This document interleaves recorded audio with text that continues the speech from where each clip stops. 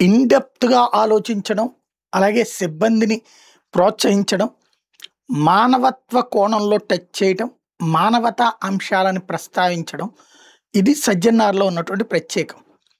ఆర్టీసీలో ఉన్నప్పుడు అంతకు ముందు ఉన్నటువంటి అధికారులందరూ కూడా ఏదైతే 1½ ఛార్జ్ చేయడాన్ని గొప్పగా సమర్థించుకుంటే, దాన్ని సింగిల్ ఛార్జ్ కిందకి మార్చి పర్ఫెక్ట్‌గా ప్రజల కోణంలో నుంచి చూసిన, లేదా ఆడపిల్లల మీదన దిశ ఉదంతంలో జరిగినటువంటి అత్యాచార వ్యవహారంతో ఆగ్రహించిన ప్రజల యొక్క కోరిక తీరుస్తూ ఆ దుర్మార్గుల్ని కాల్చి చంపిన, అదే సందర్భంలో ఏదైతే ఈ బెట్టింగ్ లాంటి విషయాల్లో సెలబ్రిటీలు మాట్లాడేటటువంటి దాన్ని తిప్పికొడుతూ ఘాటైన వ్యాఖ్యలు చేసిన ఆయనకే చెల్లింది.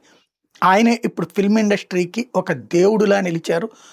ఐబొమ్మ ఏదైతే వేల కొద్దీ సినిమాలని ఏ ఏ విధంగా అతను క్యాప్చర్ చేస్తున్నాడో తెలియదు కానీ, ఐబొమ్మ నుంచి వచ్చినటువంటి సినిమాలకు సంబంధించి అంటే వీళ్ళందరూ తీసిన సినిమాలు ఐబొమ్మలో ప్రొజెక్ట్ చేయటం, దానివల్ల ఆ సినిమా ఇండస్ట్రీ వేల కోట్ల రూపాయలు నష్టం వాటిల్లడం, అందులో లెక్క నేను ఒప్పుకోను కానీ 10,000 కోట్ల రూపాయలు అంటే 10,000 కోట్లు నిజంగా సినిమా ఇండస్ట్రీ సంపాదించుద్దా?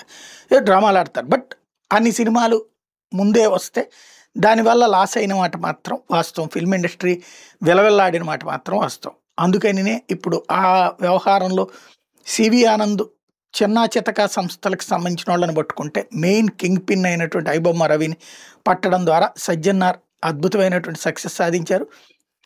సజ్జనార్ టీం ఆ పని చేసింది. ఇప్పుడు ఇవాళ చిరంజీవి గారి దగ్గర నుంచి, రాజమౌళి గారి దగ్గర నుంచి వీళ్ళందరూ వెళ్ళి ఫిల్మ్ ఇండస్ట్రీ ఎవరైతే ఈ అంశంలో కీలక పాత్ర పోషించారో పోలీసు అధికారులు, మామూలుగా అయితే కమిషనర్లు తమ్ గ్రాబ్ చేస్తారు పోలీసు అధికారులు, అలా కాకుండా ఆ సదరు సిబ్బందికి సత్కరింపజేయించారు.